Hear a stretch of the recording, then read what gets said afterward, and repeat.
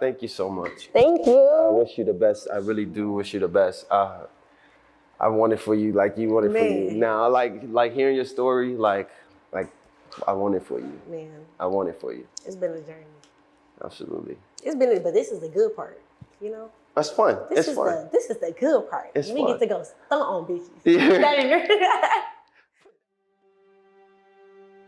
You know, life is all about the decisions that you make, the things that you experience, as well as how you respond to the adversity that comes at you. And I believe that when you think about Alaysha Johnson, she embodies all of those things: resilience, determination, you know, coming out on the other side of adversity, and that's what brought us here today.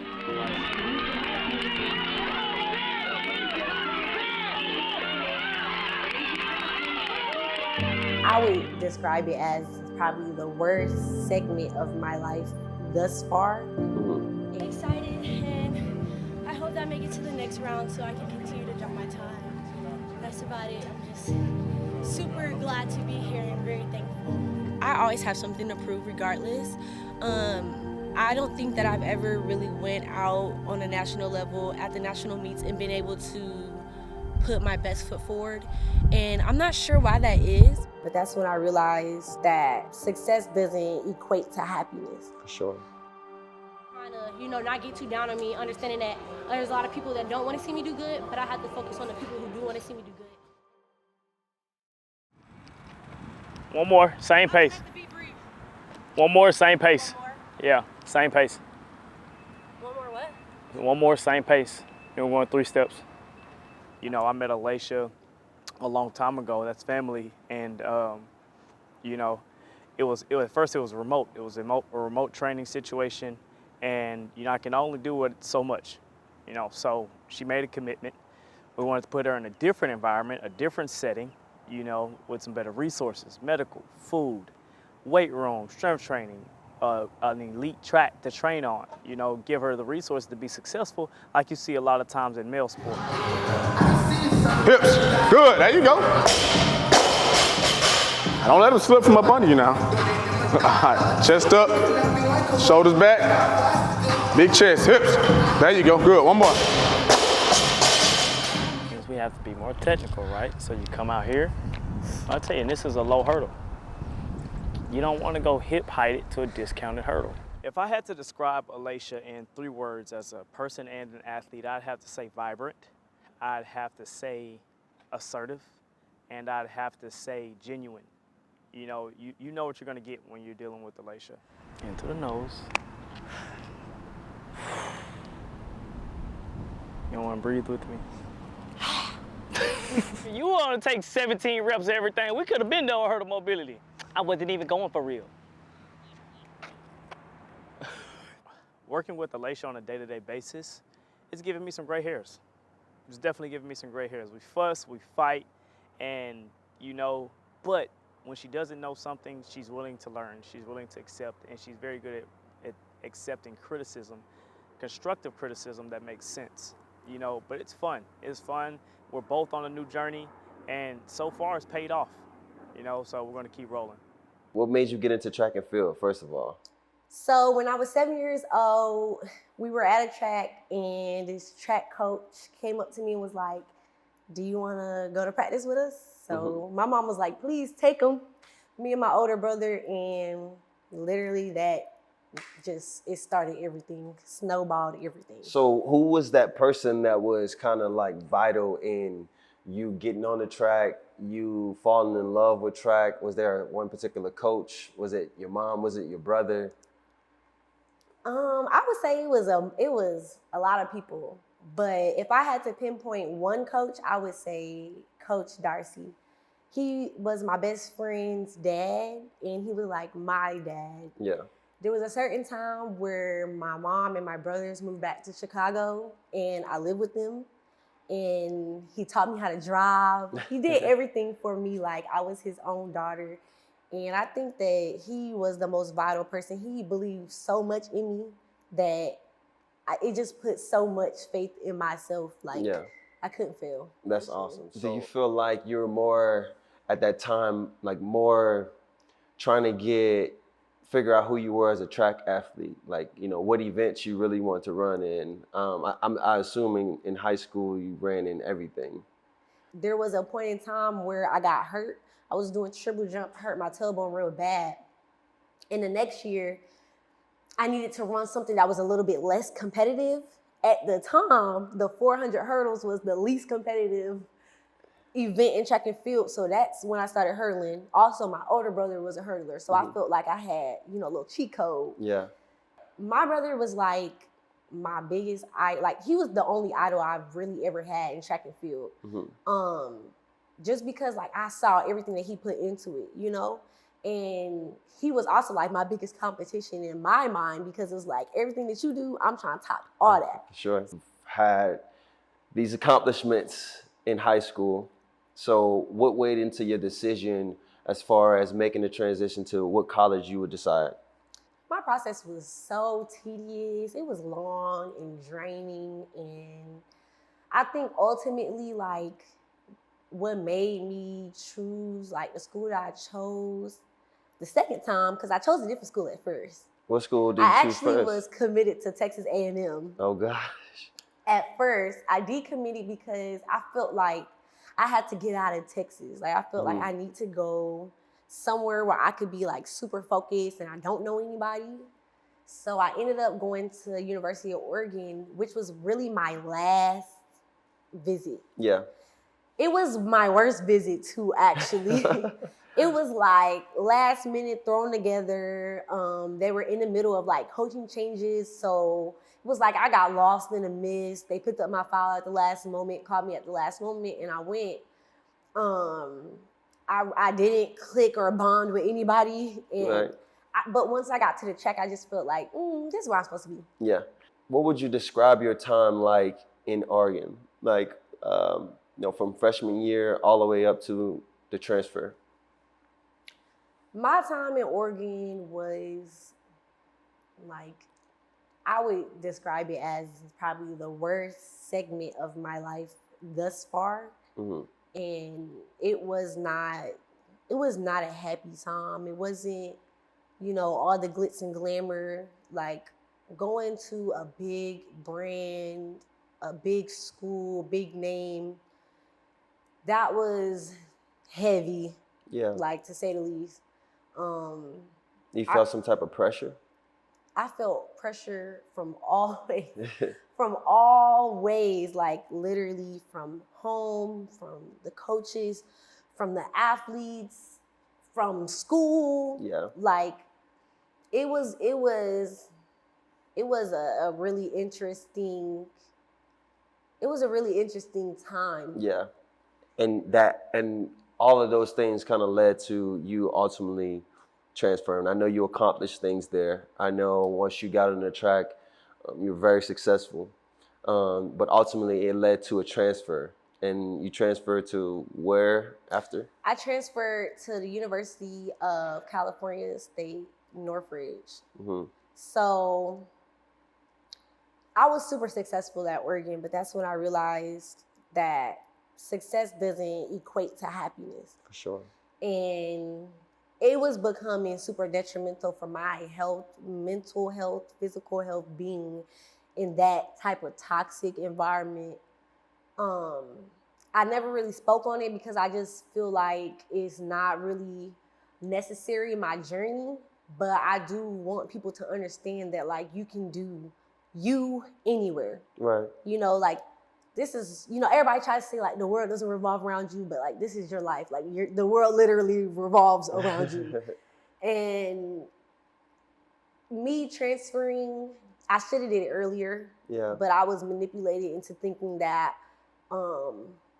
you know, first I felt like I was manipulated into thinking that I wasn't worth anything. And other people wouldn't want me because I wasn't running fast. You know, I redshirted my entire freshman year. That's when I found out I had a thyroid disease.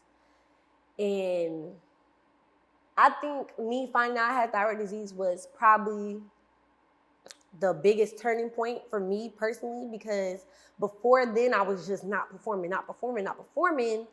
And I kind of got into a place where I felt like, dang, did I do something wrong? Like, Right. Was I bad to somebody? Is this my karma? Like, why is the Lord doing me this? Yeah. Like, and I went into this really, really deep depression. And at 17 years old, being so far away from home by myself, Of course. in a new environment, the West Coast is completely different. Yeah. And it was a big culture shock. Like, I really didn't have the avenues. I didn't know how to use the ones that I had. I didn't feel comfortable. I didn't feel like anybody related to me or my story. So I kind of just shut down, and I changed, like, as a person. Yeah. So when I got back healthy and I was back on top, then that's when I realized, like, I can't put all my happiness into track and field because it comes and it goes. Anybody who's in the sport knows that it's very unforgiving. Yeah. So I had to start putting my happiness into other things. And that's when I realized there's nothing at all at the University of Oregon that makes me happy other than running fast. And once I kind of plateaued and I was kind of running consistently and was no longer dropping times, I felt like I came here, gave y'all all I had, shattered all your records. You know, y'all have enough for me. Like, I've done what I was supposed to do, graduated, cross Alpha Kappa Alpha sorority. Yeah. Shout out.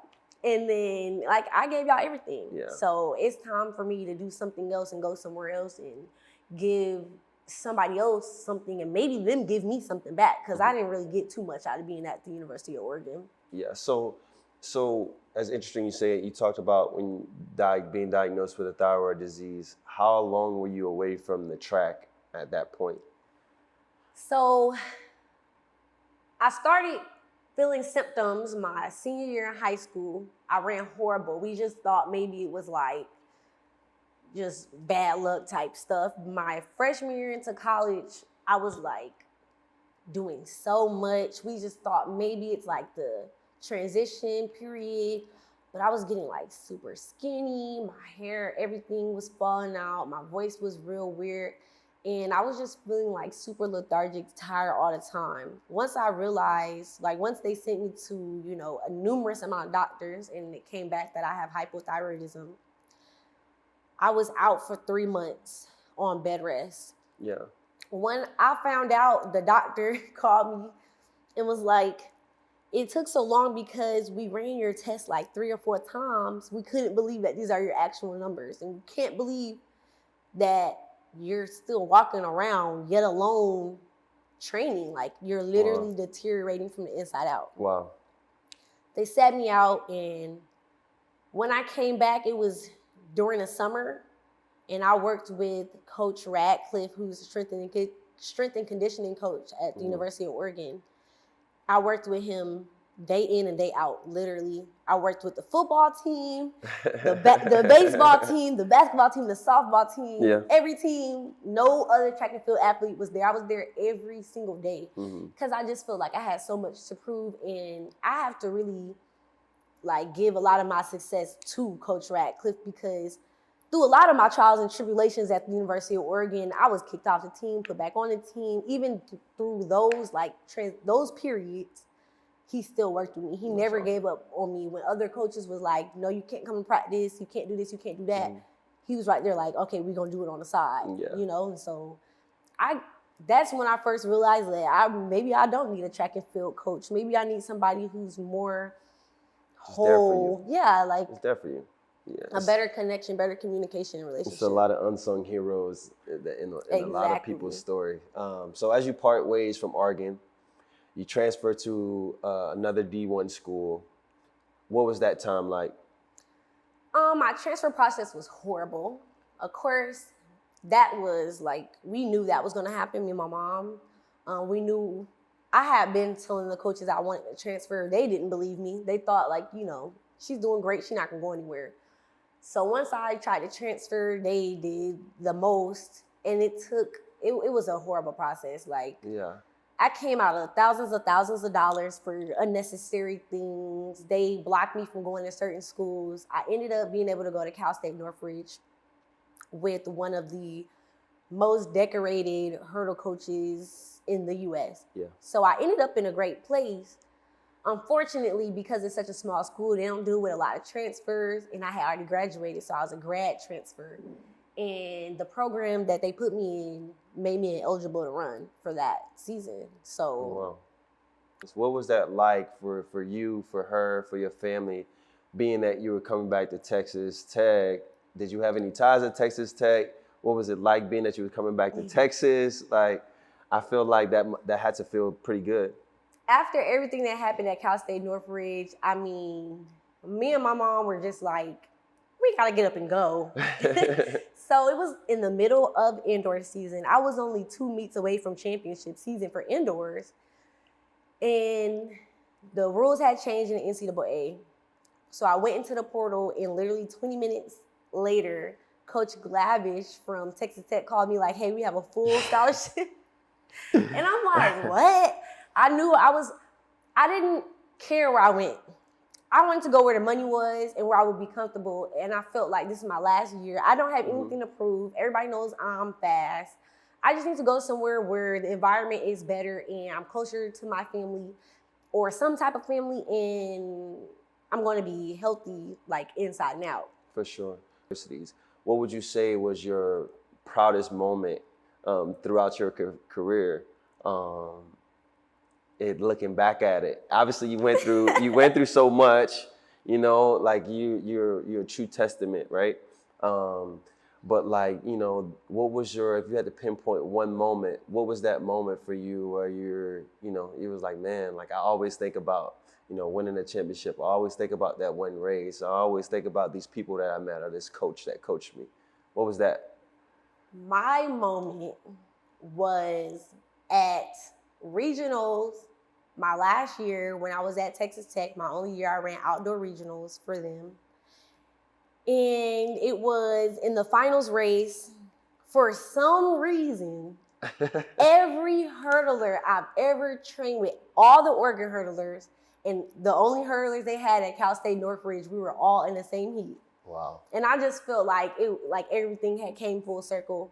But just beating those girls was just like, it was like a nod to every other coach. Like, even it don't matter where I go. Right. I'm still the best athlete that you will probably ever have. Yeah. And had you developed me, probably would have made you so much money.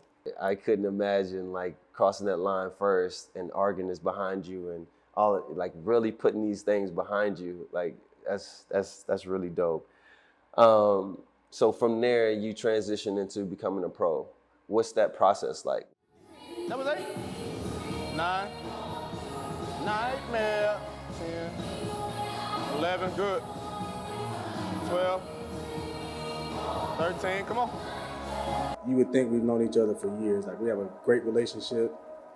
We're definitely friends, but it's also a business relationship. We understand, I'm here to help her succeed as much as I can from a weight room standpoint, as far as it translating over to the track. So I think our relationship is really unique because it's not like I'm training somebody I don't know. Actually, kind of light. Let's get a 25. Let me see what we It's light, I'm telling you. Here. I know. Give me this. White man, I come to your show and cure you and your hype man. Let's roll out. It's been a joy. It brings me joy to train every day.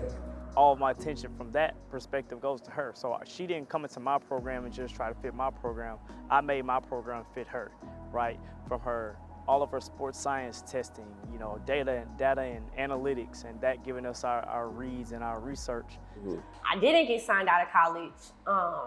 So it was like a bunch of confusion. I didn't really know what to do. I didn't really have a mentor at that time. So I just felt like, okay, I'm done.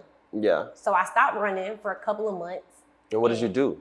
What did you do when you stopped running? Did you pick up any hobbies? Did you learn any, like what happens? So I stopped running and I moved to Atlanta to be a housewife. I moved to Atlanta. I mean, it's the truth. I moved to Atlanta to be a housewife.